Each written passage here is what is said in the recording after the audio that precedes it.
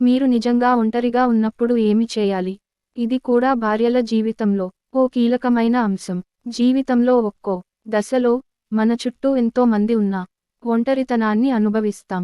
ఆ ఒంటరితనం భర్త ఉన్నా, పిల్లలు ఉన్నా, స్నేహితులు ఉన్నా, మనసులో మాత్రం మానసికంగా ఒక్కరుగా ఉన్నట్టు అనిపిస్తుంది. ఈ తరహా ఒంటరితనానికి పరిష్కారం మనసు లోపల నుంచే మొదలవుతుంది. ఒంటరితనాన్ని అంగీకరించడం, అది బలహీనత కాదు. ఒంటరిగా ఉన్నానని అనిపించినప్పుడు మనసు నిస్సహాయంగా మారుతుంది. కానీ ఈ అనుభూతిని తప్పుగా చూడవద్దు. ఒంటరితనం వల్లే మనం మన గురించి, మన అవసరాల గురించి, మన శక్తుల గురించి తెలుసుకుంటాం. ప్రతి గొప్ప మార్పు మొదట ఒంటరితనం నుంచే ప్రారంభమవుతుంది. మీ ఆత్మను నమ్మండి, మీరు అసాధారణం. మీరు ఒంటరిగా ఉన్నప్పుడు అదే సమయం మీ ఆత్మను పునఃావిష్కరించుకునే సమయం. పెళ్లి, బంధాలు, బాధ్యతల మధ్య మీరు మీ వ్యక్తిత్వాన్ని మర్చిపోయి ఉండవచ్చు. ఇప్పుడు అదే వ్యక్తిత్వాన్ని తిరిగి గుర్తించండి. మీ చిన్నపాటి కలల్ని మళ్ళీ నెరవేర్చండి. వాటిని రాసుకోండి, వాటిని చేయడం ప్రారంభించండి. మాట్లాడే శక్తిని కోల్పోవద్దు. మీకు నేనున్నాను. ఒంటరితనం నెమ్మదిగా ఉంటుంది, కానీ దీర్ఘకాలంగా ఉండిపోయే ఒంటరితనం మానసికంగా నశింపజేస్తుంది. అందుకే ఒక స్నేహితుడితో, మీ నమ్మిన మానసిక నిపుణుడితో లేదా ఒక మానవతావాదితో మాట్లాడండి. వారు సమస్యను మార్చకపోయినా మీ మనసుకు దారి చూపగలుగుతారు. ఒంటరిగా ఉన్నప్పుడు నేర్చుకోండి. ఒంటరితనం ఒక గొప్ప ఉపాధ్యాయుడు. మీరు ఏదైనా కొత్త నైపుణ్యం నేర్చుకోండి. నువ్వు ఎప్పటికీ తలచుకోని పెయింటింగ్, సంగీతం, డాన్స్, వ్రాతకళ లేదా ఫ్రీలాన్సింగ్ మొదలు పెట్టండి. మీరు లోపలగా పటిష్టంగా మారినప్పుడు మీరు ఒంటరిగా ఉన్నప్పటికీ పూర్తిగా ఉన్నట్టు అనిపిస్తుంది. స్వీయ ప్రేమ ఇది మీరు నేర్చుకోవలసిన అతి ముఖ్యమైన గుణం. ఇతరుల ప్రేమను కోరుకోవడం సహజం, కానీ మనం మనల్ని ప్రేమించకపోతే ఎవరైనా ప్రేమించినా మనం గుర్తించలేము. మీ రూపాన్ని ప్రేమించండి, మీ స్వరం, మీ అభిరుచులు, మీ లోపాలు, ఇవన్నీ మీవి కాబట్టి ప్రేమించండి. ఒంటరితనాన్ని ఓ విలువైన అనుభవంగా మార్చండి. ఆధ్యాత్మికత వైపు ఒక్క అడుగు వేసి చూడండి. ఒంటరితనం అనేది మన ఆత్మను ఆలోచనలో పడేసే సమయం. ప్రతిరోజు 10 నిమిషాలు ధ్యానం చేయండి. ఓ చిన్న ప్రార్థన, ఓ చిన్న శ్వాస, ఓ చిన్న ప్రశాంతత, ఇవి మనలో ఒక విశ్వాసాన్ని నింపుతాయి.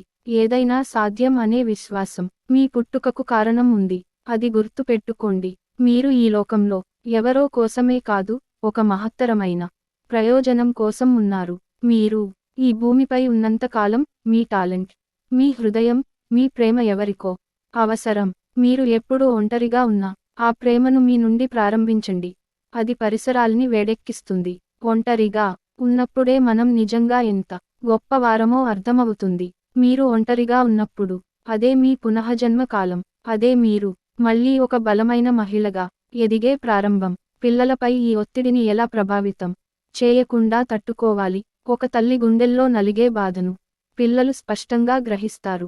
మన ముఖం నవ్వుతుంటే కూడా మన మనసులో ఉండే బాధ పిల్లల హృదయాన్ని తాకుతుంది. అందుకే మన ఒత్తిడి పిల్లల భవిష్యత్తును బాధించకుండా జాగ్రత్తగా ఉండాలి.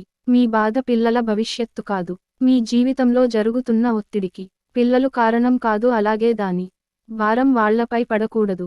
వాళ్ళు చిన్నవారైనా వాళ్ళ మనసు ఎంతటి సంవేదనతో నిండిందో మనం ఊహించలేం. అందుకే మన బాధను వారు భయంగా అనుకోకుండా ఉండేందుకు మనం బలంగా ఉండాలి. మాటలతో కాదు, ప్రేమతో మాట్లాడండి. మీరెంత హతాశంగా ఉన్నా పిల్లలతో మీరు ఎలా మాట్లాడుతున్నారో వాళ్లకు జీవితాంతం గుర్తుండిపోతుంది.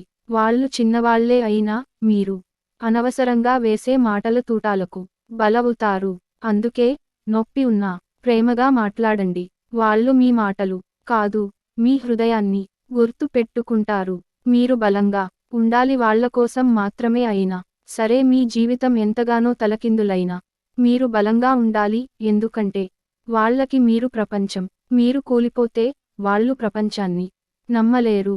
మీరు బలంగా ఉన్నప్పుడే వాళ్ళు భద్రతగా పెరుగుతారు.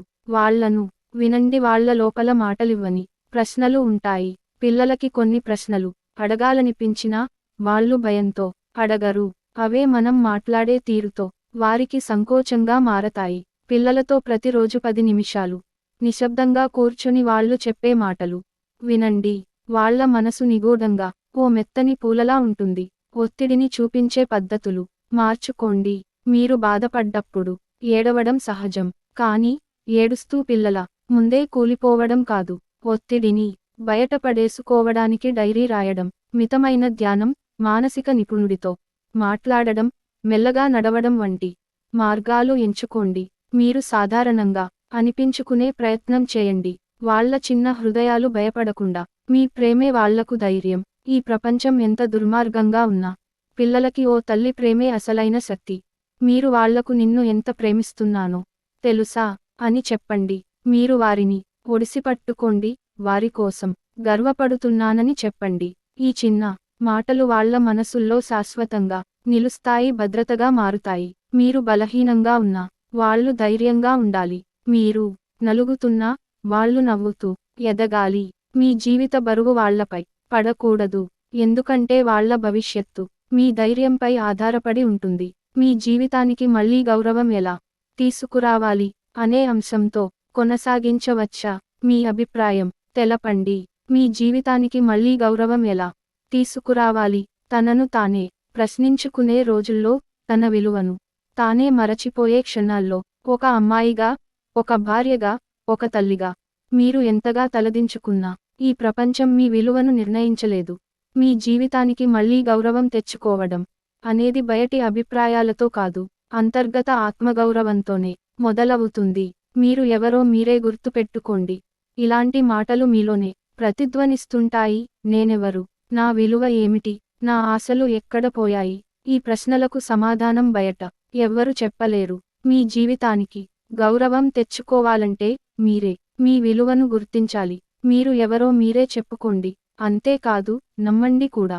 నిన్నటి తప్పులు నేటి ముద్రలు కావు. మీరు జీవితంలో ఎన్నో తప్పులు చేసి ఉండవచ్చు. కానీ అవే తప్పులు మీకు అనుభవంగా మారిన తర్వాత అవి గౌరవానికి దారితీస్తాయి. మీ లోపాల్ని చూపించే ప్రపంచానికి మళ్ళీ మిమ్మల్ని చూపించండి. ఈసారి మీరు మారిన రూపంతో. ఆత్మగౌరవం అంటే అహంకారం కాదు. ఫ్రెండ్స్, ఈ వీడియో గనుక మీకు నచ్చినట్లయితే ప్లీజ్ లైక్ చేసి మీ ఫ్రెండ్స్కి షేర్ చేయండి. అలాగే మా కొత్త వీడియోస్ మీకు వెంటనే చేరాలంటే మన ఛానల్ని సబ్స్క్రైబ్ చేసుకొని పక్కనే ఉన్నటువంటి బెల్ ఐకాన్ని ప్రెస్ చేయండి. ధన్యవాదములు.